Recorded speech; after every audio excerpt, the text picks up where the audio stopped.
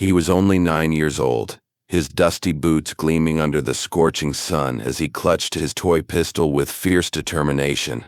But in the next 18 minutes, this little cowboy would do something that would shock an entire town of 200 people and leave the most feared outlaw gang in the Wild West speechless. Sometimes courage isn't measured by age, but by the size of your heart. And this little boy's heart was bigger than the vast town he called home. The blazing afternoon heat had settled over Dusty Creek's main square like a suffocating blanket, turning the wooden buildings into furnaces and the dirt road into powder that hung in the air like smoke from a distant fire. The streets were completely deserted, not even the sound of a dog barking or a horse snorting to break the deadly silence that had fallen over the settlement like a burial shroud. Every window shutter was bolted tight, every door barred from the inside, every soul hiding in the darkest corners of their homes, praying that today wouldn't be their last day on earth. Everyone knew that Black Jake's gang was coming today. The news had arrived at dawn with a half-dead rider whose horse had collapsed just outside the town limits, foam streaming from its mouth as the terrified messenger gasped out his warning between ragged breaths. Black Jake and his 12 most ruthless killers were riding hard toward Dusty Creek, and when Black Jake arrived, good things never followed in his wake. Stories of his brutality had spread across 3 territories like wildfire through dry grass. Towns that didn't pay his tribute were left as smoking ruins. Men who opposed him were found hanging from telegraph poles. Women and children who witnessed his crimes simply vanished without a trace, as if the desert itself had swallowed them whole. But there was one soul in Dusty Creek who either didn't understand the gravity of the situation or simply possessed a courage that defied all logic and reason. 9-year-old Tommy Mitchell stood defiantly on the wooden porch in front of McCarthy's saloon, playing cowboy with his worn leather holster and the small toy gun his father had carved for him before riding off to war 3 years ago. The pistol was nothing more than a piece of pine wood painted black, but Tommy treated it like the most powerful weapon in the West. His brown hair stuck to his small head with perspiration, tiny rivulets of sweat running down his dirt-streaked face, but his bright blue eyes remained fixed on the horizon with the unwavering focus of a seasoned lookout. Those eyes held something that most adults in town had forgotten existed, the absolute certainty that good would triumph over evil, that heroes always arrive just in time, and that sometimes the smallest person could make the biggest difference. Tommy's mother, Sarah Mitchell, had tried everything short of tying him up to get her stubborn son inside their small house behind the general store. She'd pleaded, threatened, bribed, and even cried real tears of desperation, but Tommy refused to budge from his self-appointed post. He was going to be a real cowboy when he grew up, just like his father had been before the war claimed him in some distant battlefield whose name Tommy couldn't even pronounce. And real cowboys, according to everything Tommy believed with the fierce intensity that only a child can muster, didn't hide when trouble came calling. They stood their ground, faced down the bad guys, and protected the innocent folks who couldn't protect themselves. What Tommy didn't know, what nobody in that terrified town could have possibly predicted, was that in the coming minutes, he wouldn't have to wait until he grew up to become a great cowboy. Greatness was about to be thrust upon him, whether he was ready for it or not. The town sheriff, Buck Henderson, stood like a statue carved from weathered granite in front of the town hall, his experienced eyes counting and recounting the mounted silhouettes that were growing larger on the shimmering horizon. His weathered hands, scarred from 30 years of drawing iron against men who lived and breathed violence, trembled almost imperceptibly as he tried to calculate their chances of survival. Black Jake's gang. He could make out exactly 12 riders through his brass spyglass, 12 of the most cold-blooded killers who had ever drawn breath in the American frontier. Each man in that approaching group had more blood on his hands than most soldiers saw in entire wars. They were legends of cruelty, their names whispered in saloons from Texas to California, their faces sketched on wanted posters in every sheriff's office from the Rio Grande to the Canadian border. Buck had been wearing a badge since before most of these outlaws were born, had faced down rustlers and claim jumpers and desperate men of every description, but Black Jake was something different entirely. This wasn't just a man who robbed banks and held up trains for the money. Black Jake seemed to take a perverse pleasure in the terror he inspired, the way entire communities would empty out at the mere rumor of his approach. He didn't just steal gold and cattle, he stole hope itself, leaving behind him a trail of broken spirits and shattered dreams that stretched across half the continent. As sweat poured down Buck's deeply lined forehead, creating muddy tracks through the dust that coated his face, his hand moved instinctively to rest on the worn grip of his Colt 45. The weapon had seen him through countless dangerous situations over the decades, but somehow he doubted it would be enough today. Not against 12 men who killed as casually as other folks swatted flies. "Everyone get inside and stay there," Buck shouted with all the authority his powerful voice could muster, the sound echoing off every building in town and carrying clearly to every fearful ear. "Bar your doors and don't come out no matter what you hear. This is gonna get ugly fast." But as his desperate words faded into the oppressive silence, Buck noticed with growing horror that one small figure remained visible on the main street. Tommy Mitchell stood planted on that saloon porch like a tiny oak tree that had grown roots through the wooden planks, his toy gun tucked into his miniature belt, his young face set in an expression of grim determination that would have been impressive on a man 3 times his age. "Tommy," Buck called out, his voice cracking with desperation. "Boy, get yourself inside right now. This ain't no game." But Tommy didn't budge. Instead, he adjusted his hat, squared his narrow shoulders, and took a step forward toward the center of the square. In his 9-year-old mind, this was exactly what his father would have done. This was exactly what every hero in every story his mother had ever read to him would have done. The bad guys were coming, and somebody had to stand up to them. That's when something nobody could have predicted, nobody could have planned for, and nobody would ever forget began to unfold in the dusty streets of Dusty Creek. The thundering hoofbeats grew louder and more ominous with each passing second, reverberating off the canyon walls that surrounded the town and creating an echo that sounded like the drums of approaching doom. When Black Jake's horse finally crested the small rise that marked the official boundary of Dusty Creek, the animal seemed to pause dramatically, as if its rider wanted to savor this moment of absolute terror before the real violence began.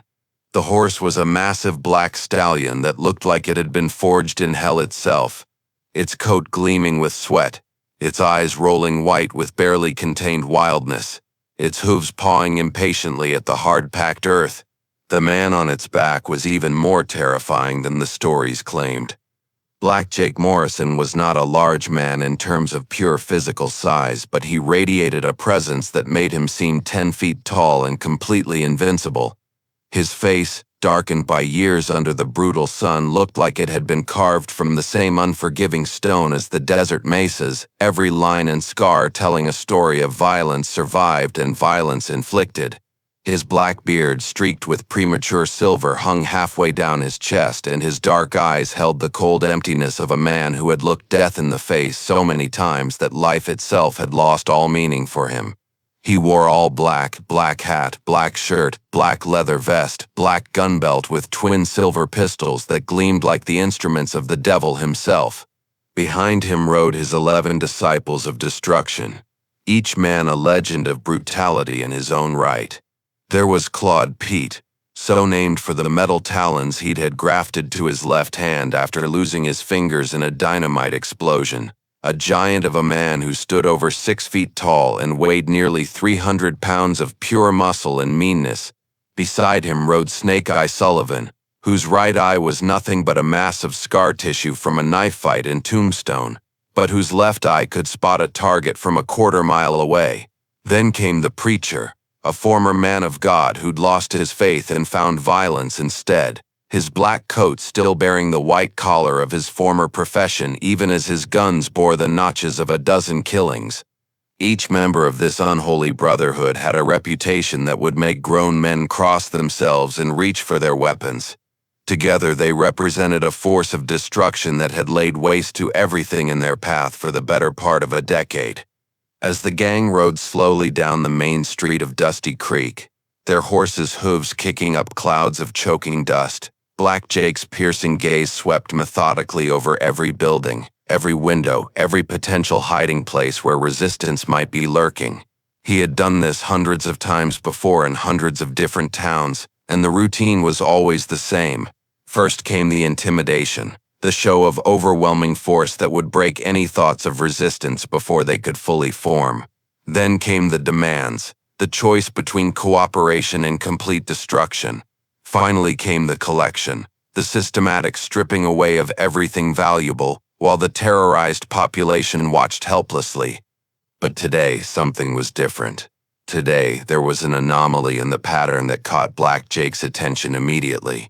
Standing alone in the center of the town square, small and defiant as a blade of grass growing through a crack in solid rock, was a child. A boy who couldn't be more than 9 or 10 years old, wearing clothes that had been patched and repatched, boots that were too big for his small feet, and a hat that kept sliding down over his eyes. But what struck Black Jake most forcefully wasn't the child's appearance, it was his posture. This boy wasn't cowering in fear or running for cover like every other living soul in town. He was standing his ground with his hand resting on what appeared to be a toy gun. His young face set in an expression of determination that belonged on a much older and more experienced man. "Well, I'll be damned," Black Jake muttered under his breath, bringing his horse to a complete stop about 20 yards from where Tommy stood waiting. "What do we have here, boys?" The rest of the gang spread out in a semicircle behind their leader, their own mounts snorting and stamping restlessly, sensing the tension that was building in the air like electricity before a thunderstorm. Claude Pete, always eager for action and already irritated by the long ride in the blazing heat, dismounted with a grunt and started walking toward the solitary figure with long, menacing strides. "Looks like somebody forgot to teach this little whelp some manners, Jake," Pete called over his shoulder, his metal claws glinting wickedly in the afternoon sun. "Want me to give him a lesson he won't forget?" But before Black Jake could respond, before Pete could take another step forward, something extraordinary happened, something that would echo through both their lives and the history of Dusty Creek for generations to come. Tommy Mitchell, all 4 feet and 60 pounds of him, stepped forward to meet the giant halfway. His small hand moved to his toy pistol, and in one fluid motion that he had practiced 10,000 times in front of his bedroom mirror, he drew the carved wooden weapon and pointed it directly at Claude Pete's massive chest. "Stop right there, mister." Tommy's voice rang out clear and strong across the silent square, carrying the absolute authority of someone who believed completely in the righteousness of his cause. "This here's a decent town full of decent folks, and we don't want your kind bringing trouble to our doorstep." The effect of this unexpected declaration was immediate and profound. Pete stopped dead in his tracks, his mouth falling open in complete astonishment. The other gang members exchanged bewildered glances, uncertain how to react to this unprecedented situation. In their entire collective criminal careers, spanning hundreds of robberies, dozens of murders, and countless acts of intimidation, none of them had ever encountered anything quite like this. Snake Eye Sullivan actually laughed out loud, a harsh barking sound that contained no warmth or humor whatsoever. "Kid's got more sand than sense," he called out to the others. "Probably thinks that toy shooter is loaded with real bullets." But Black Jake wasn't laughing. Something about this scene, about this child standing alone against impossible odds, had awakened memories that he had buried so deeply he had almost forgotten they existed. Memories of another time, another life, when he too had believed that right made might and that heroes always won in the end, before life had taught him that the world was a cruel and unforgiving place where only the strong survived and the weak were crushed without mercy. Slowly, deliberately, Black Jake dismounted from his stallion. His boots hit the dusty ground with a sound like gunshots, and every step he took toward Tommy echoed in the unnatural silence that had fallen over the town. Behind shuttered windows and barred doors, 200 people held their breath, certain they were about to witness the brutal murder of a child whose only crime was possessing more courage than common sense. "Son," Black Jake said when he had closed the distance to about 10 feet, his voice carrying a strange mixture of curiosity and something that might almost have been respect. Do you have any idea who you're talking to? Tommy never wavered, never let his toy gun drop even an inch. I reckon I do, mister. You're Black Jake Morrison, and these here are your gang members. My pa told me all about you before he went off to fight in the war. Did he now? Jake's eyebrows rose slightly. And what exactly did your pa tell you about me? He said you used to be a good man. Said you wore a badge once, just like Sheriff Henderson does now. Said you protected folks instead of hurting them. Tommy's voice remained steady, but there was something in his young eyes that seemed to see straight through to Jake's soul. He said something bad must have happened to make you change, but that the good man was probably still in there somewhere, just buried real deep. These words hit Black Jake with the force of a physical blow, staggering him more effectively than any bullet ever could have. Because Tommy's father had been absolutely right. Jacob Morrison, that had been his real name, before the world had broken him and remade him into something monstrous, had indeed worn a badge once. He had been the sheriff of a little town called Cedar Falls, about 200 miles north of where they now stood. He had been married to a woman named Elizabeth, who made the best apple pie in 3 counties, and sang lullabies in a voice like silver bells.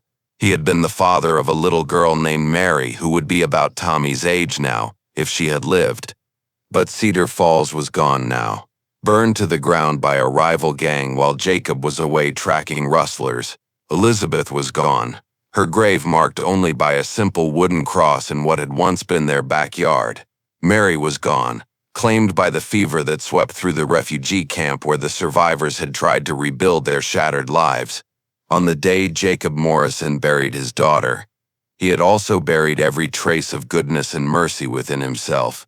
He had hung up his badge, strapped on his guns, and set out on a path of vengeance that had gradually transformed him into the very thing he had once fought against. He had told himself it was justice, but somewhere deep down he knew it was just another form of suicide. He was killing himself one piece at a time, one crime at a time, one innocent victim at a time. Now this child, this impossibly brave little boy, was looking at him with eyes that saw not the monster he had become, but the man he had once been. And for the first time in 15 years, Jacob Morrison stirred to life somewhere deep inside the shell that called itself Black Jake. Your past sounds like he was a wise man, Jake said finally, his voice softer than it had been in more years than he could count. What happened to him? Killed at Gettysburg, Tommy replied simply.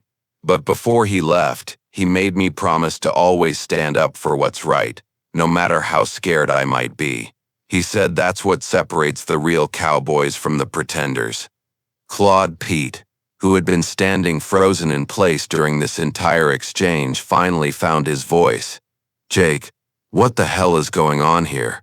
We came here to rob this town, not chat with some snot-nosed kid. But Jake held up a hand, silencing his lieutenant without taking his eyes off Tommy. And what do you think is right in this situation, son?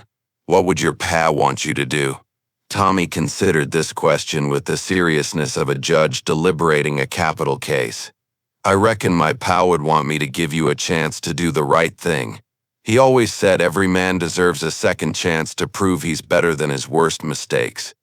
And if I choose not to take that chance, if I decide to go ahead with what we came here to do, then I reckon I'll have to try to stop you, Tommy said matter-of-factly, as if he were discussing the weather rather than contemplating a fight against impossible odds. I can't beat you or your gang, but I can stand up to you. Sometimes that's all a person can do, stand up and let folks know that somebody cares about what's right. The silence that followed this declaration stretched on for what felt like hours but was probably no more than 30 seconds.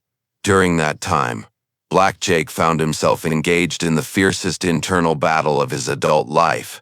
On one side stood 15 years of carefully cultivated hatred, 15 years of convinced himself that mercy was weakness and that the world owed him everything it had taken away. On the other side stood the memory of the man he used to be, awakened by the courage of a child who refused to back down even when backing down would have been the sensible thing to do.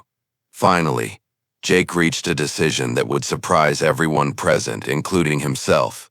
Instead of drawing his guns or ordering his men to attack, Black Jake Morrison did something he hadn't done since the day he buried his daughter. He removed his black hat and held it respectfully in his hands, the way a man might do when entering a church or approaching a grave. "Son," he said, and now his voice was barely above a whisper, "I want you to listen to me very carefully. What you're doing here today takes more courage than most grown men ever show in their entire lives. Your pa would be proud of you." Tommy's face brightened at these words, but he still didn't lower his weapon. "Does that mean you're gonna do the right thing, Mr. Jake?" Jake looked around at his gang, at the terrified town, at the child who had somehow managed to see through 15 years of carefully constructed armor to the broken man underneath. Then he looked up at the blazing sun, as if seeking some kind of sign from whatever divine power might be listening to the prayers of outlaws and children. "I don't rightly know if I remember how to do the right thing anymore," he said honestly. "It's been a long time since I even tried, but maybe it's worth finding out." What happened next would be talked about in Dusty Creek for the rest of the century, passed down from parents to children like a legend that grew more miraculous with each telling. Black Jake Morrison turned to face his gang and spoke words that none of them would ever have expected to hear from their feared leader's lips. "Boys, we're riding out. This town's got nothing we need." The reaction was immediate and explosive.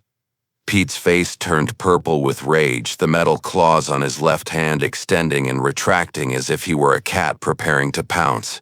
"Jake, you've lost your mind. We've been planning this job for weeks. That kid's got you thinking soft." "Not soft," Jake replied calmly. "Just remembering who I used to be before I forgot." Snake Eye Sullivan spat a stream of tobacco juice into the dust and glared at Tommy with his one good eye. "So we're supposed to turn tail and run because some half-pint with a toy gun told us to? What's that gonna do to our reputation?" "Maybe it'll give us a chance to build a different kind of reputation," Jake suggested. "Maybe it's time we stopped being the kind of men that mothers use to scare their children and started being the kind that children look up to." The preacher, who had been silent throughout the confrontation, finally spoke up. "Jake, I understand what you're feeling. Believe me, I do. But we've got 11 men here who've been riding with you for years. Men who followed you through hell and high water. You can't just throw that all away because of some kid's pretty words." Jake nodded thoughtfully. "You're right, preacher. I can't make this decision for all of you. Any man who wants to stay and rob this town is free to do so. But I won't be leading that robbery." This announcement created even more chaos among the gang members. Some began arguing loudly among themselves. Others started checking their weapons as if preparing for a fight. And still others just sat on their horses in stunned silence, unable to process this dramatic change in their leader's behavior. But Tommy Mitchell, standing in the center of all this adult confusion and conflict, did something that cut through the noise like a knife through silk. He walked directly up to Black Jake, looked up at the tall outlaw with complete trust and confidence, and extended his small hand. "I knew you'd make the right choice, Mr. Jake. My pad always said you could tell a lot about a man by looking in his eyes, and your eyes aren't as dark as folks say they are." Jake stared down at the offered handshake for a long moment, knowing that accepting it would represent a point of no return, a commitment to change that he might not be able to keep. But there was something in Tommy's unwavering faith that made the choice easier than it should have been. Slowly, carefully, Black Jake reached out and shook the child's hand. The moment their palms touched, something inside the hardened outlaw's chest seemed to crack open, letting in a tiny ray of light that he had forgotten existed. "Thank you, son," he said simply. "Thank you for reminding me." But their moment of connection was shattered by the sound of a gun being cocked. Pete had drawn his weapon and was pointing it directly at Tommy's head, his face twisted with fury and betrayal. "If you won't do what needs to be done, Jake, then I will." Pete snarled. I'm tired of following a leader who's gone soft. This kid dies, then we rob the town, then we split up your share of the loot. Time seemed to slow down as multiple things happened simultaneously. Tommy, showing reflexes that would have impressed a seasoned gunfighter, dove to one side just as Pete pulled the trigger. The bullet whined harmlessly through the space where the boy's head had been a split second earlier. Jake's hand flashed to his own weapon with the speed that had made him legendary, and before Pete could fire again, the big man was looking down the barrel of his former leader's Colt .45. Drop it, Pete, Jake said in a voice that could have frozen fire. Drop it now or I'll drop you. You won't shoot me for some kid you just met.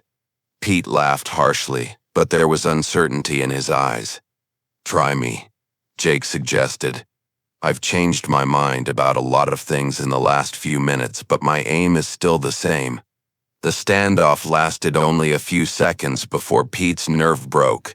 His gun fell from nerveless fingers to clatter in the dust at his feet.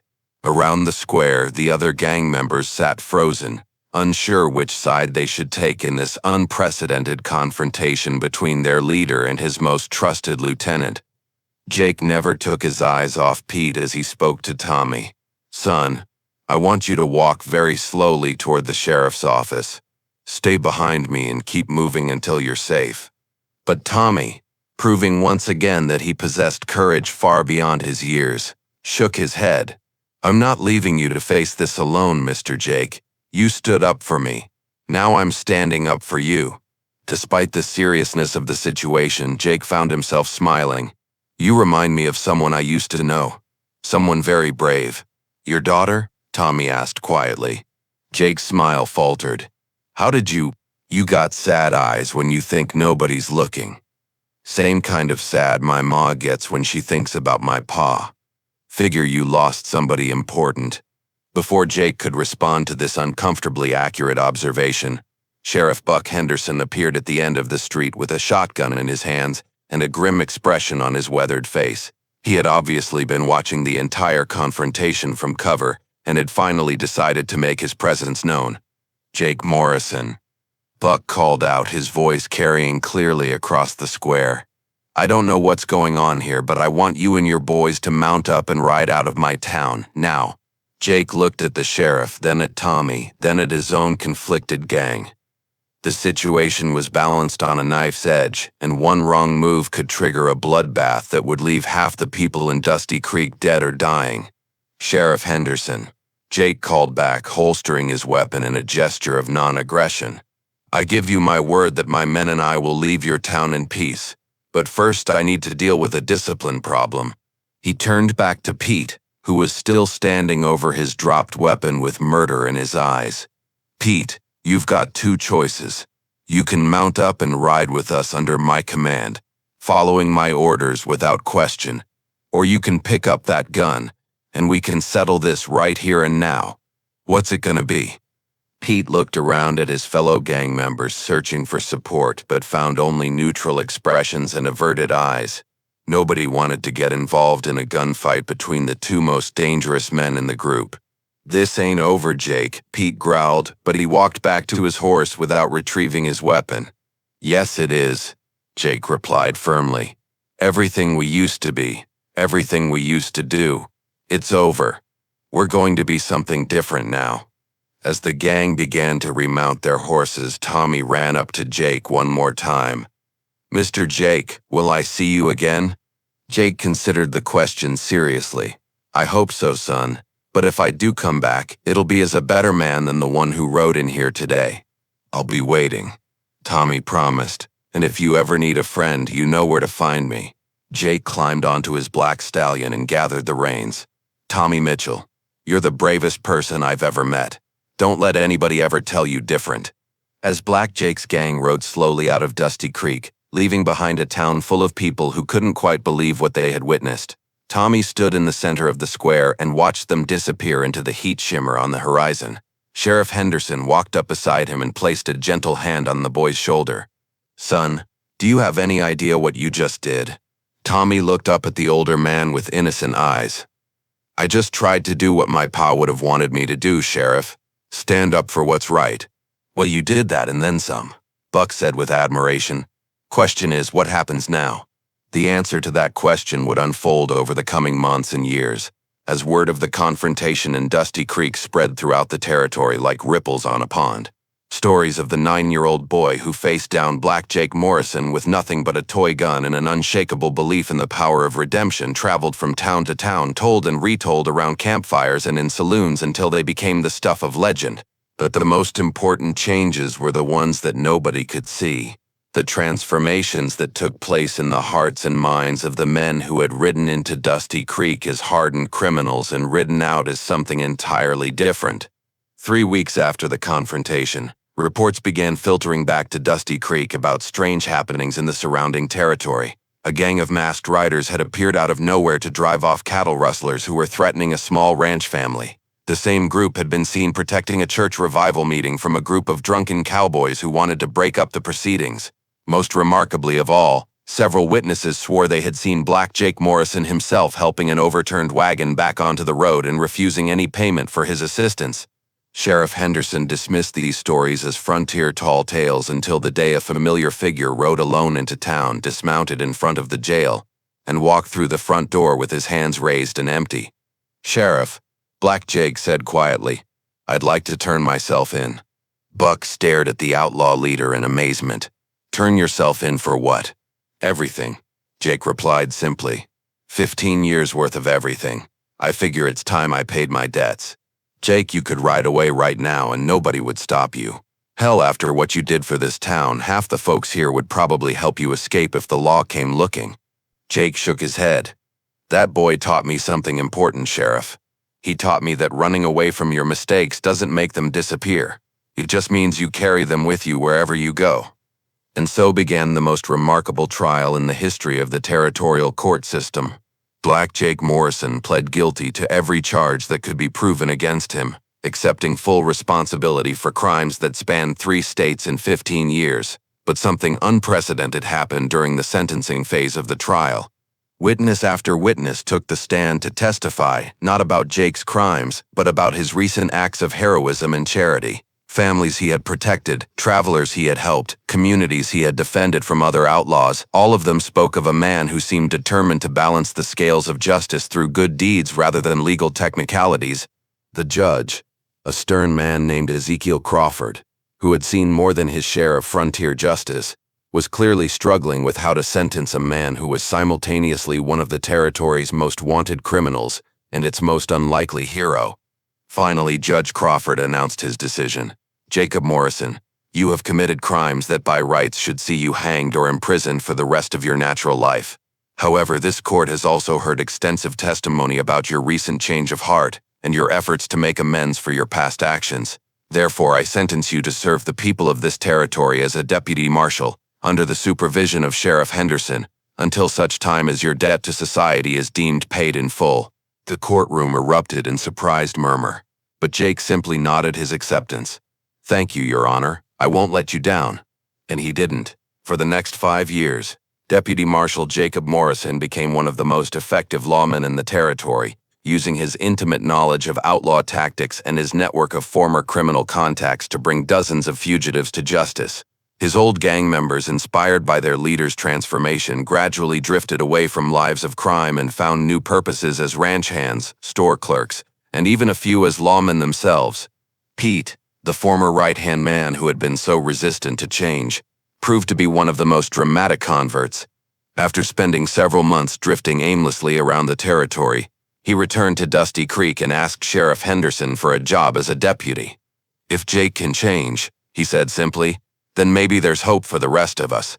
But through all of these remarkable developments, the person who remained most important to Jacob Morrison was the small boy who had started it all. Tommy Mitchell became like a son to the reformed outlaw, and Jake visited him regularly, teaching him everything he knew about tracking, shooting, and most importantly, about the difference between justice and vengeance. On Tommy's 16th birthday, Jacob presented him with a very special gift. A real Colt .45 to replace the toy wooden gun that had started their friendship. "But remember, son," Jacob said seriously as Tommy admired the weapon, "a gun is just a tool. It's not what makes a man dangerous or what makes him safe. What matters is what's in here. He tapped his chest, and what's in here, he tapped his temple. Courage and wisdom. That's what makes a real lawman. Tommy nodded solemnly. I understand, Mr. Jake, and I promise I'll always remember what you taught me. What I taught you. Jake laughed. Son, you're the one who taught me everything that matters. You taught me that it's never too late to change, never too late to do the right thing, and never too late to become the person you were meant to be. As Tommy grew into manhood, he did indeed become a lawman, serving first as a deputy under his mentor and eventually earning his own sheriff's badge in a town 2 counties over. But he never forgot the lesson he had learned in Dusty Creek's town square at the age of 9. Sometimes the smallest gesture, the simplest act of courage, can change not just one life but dozens of lives, creating ripple effects that spread far beyond what anyone could imagine. Years later, when Tommy had children of his own, he would tell them the story of the day he faced down the most dangerous outlaw in the West with nothing but a toy gun and an unshakable belief in the power of human redemption. And inevitably, one of his children would ask, "But Daddy, weren't you scared?" Tommy would smile and give them the same answer every time. Of course I was scared, little one. But being brave doesn't mean you're not afraid. It means you do what's right even when you are afraid. And sometimes when you stand up for what's right, you discover that the scariest monsters are just people who forgot how to be good. The legend of Tommy Mitchell and Black Jake Morrison became one of the most beloved stories in the folklore of the American West, passed down through generations as a testament to the power of courage, forgiveness, and the possibility of redemption. And in the town of Dusty Creek where it all began, they erected a small monument in the town square with a simple inscription, "Sometimes the smallest hearts hold the greatest courage." Because that's the truth that Tommy Mitchell discovered on a blazing hot afternoon when he was just 9 years old. Courage isn't about being the biggest or the strongest or the most heavily armed. Courage is about standing up for what's right when it would be easier to look away. Courage is about seeing the good in people when everyone else sees only the bad. And courage is about believing, despite all evidence to the contrary, that people can change, that redemption is always possible, and that love is stronger than fear. If this story moved your heart and reminded you of the hero that lives inside all of us, click on the video appearing on your screen right now to watch another incredible tale of courage and unexpected friendship emerging from the untamed frontier. Don't forget to subscribe to our channel and hit that notification bell so you never miss these powerful stories that prove the human spirit can triumph over any darkness. Consider leaving a super chat to help us continue bringing you these unforgettable tales of redemption and hope. Your support means absolutely everything to us, and it helps us keep sharing stories that remind us all of the difference one person can make when they choose courage over fear, love over hate, and hope over despair.